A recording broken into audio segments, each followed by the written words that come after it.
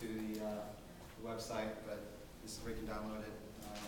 It's basically my URL, coversoftware.com, downloads virtual world advertising and explore lessons learned.pdf. Okay, I'm going to go through this really quick.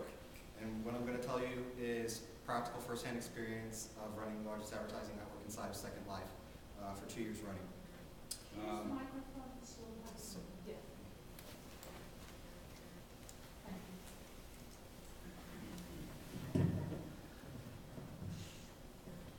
So we started out small a couple years ago with having hundreds of locations. It's sort of like out-of-door advertising in the real world, where you go to any city, they have the buses, has the ads, the billboards are up there. You have signage and display everywhere you look in the real world. And the reason that is because as much as we do not like it, as much as we try to ignore it and filter it out, we can't. And so it's an effective way in the real world, and my premise was it would be an effective way in the virtual world. And as Matt was saying, that branding inside of a virtual world is more than just displaying a sign.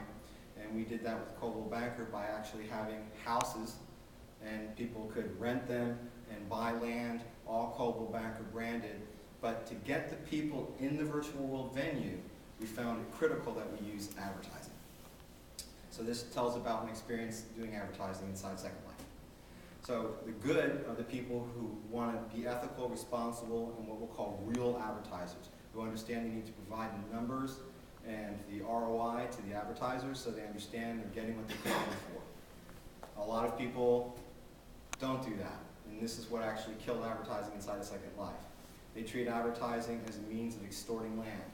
So, to tell you what I mean, if I have a beautiful house and I spend 100 hours building and modeling and buying furniture and decorating, and it's just the way I want it, and somebody acquires the land right next to me and erects a huge monstrosity that I cannot look away from. Almost any way that I look, I see this monstrosity, and then a price tag comes on this monstrosity at 10 times market value for that piece of land. That's called land extortion. Now, because of my investment of 100 hours, more than likely I'll just bite the bullet and pay the guy to get rid of that, and then I'll own the land and I'll basically buy the view. Now, the bad people do this a lot, and they did it so much so that it eventually forced Linden Lab to ban all forms of advertising. The ugly are the people who actually cause this ban to occur. These are people who are anti-corporate, they're anti-advertising, and they are very vocal. Excuse me? Anti-socialism. They're also anti-socialism. Actually, they're really socialists, big time. They're utopians most of the point. Most of the time.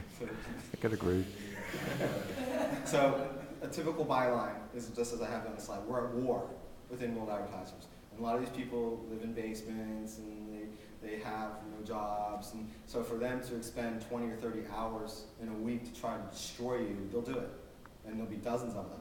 And so you basically have to fend off them literally calling Coldwell Banker corporate communications department and getting a director and writing slanderous, libelous lies, just forcing you to go into defense mode. So this is what happens. So I'm just going to go real quickly. What is in-world advertising and how does it work? It's a display, just like out of home. You're cruising around in the virtual world and you see signage.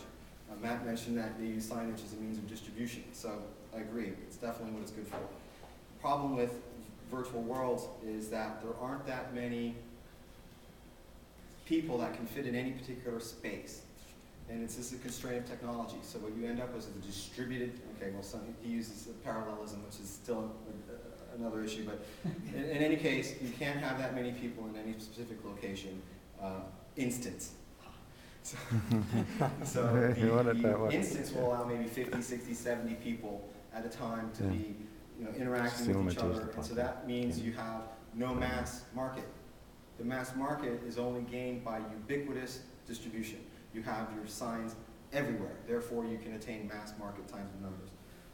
Just going to go through, this is basically what I was talking about. You don't have any dense population, so you need to have a way to centrally control many hundreds and even thousands of different locations running signage and be able to rotate that signage and track the activity in the signage. Okay, so how does it work? All virtual worlds that I know that are three-dimensional, that have real 3D graphic engines, use a form of object or primitive and texturing, where they have like this block, and then they'll create art and apply the art onto the sides of the block, and that's called texturing. You have land, just like you do in the real world. You want to go put up a billboard. If you don't own the land, it'll be chopped down pretty darn quick. So unlike the real world, which has zoning laws to prevent you from building a 900-foot billboard, right in the residential area, there are no zoning laws inside of the virtual world. They're actually starting to come about because of the great abuses that have occurred over the past few years.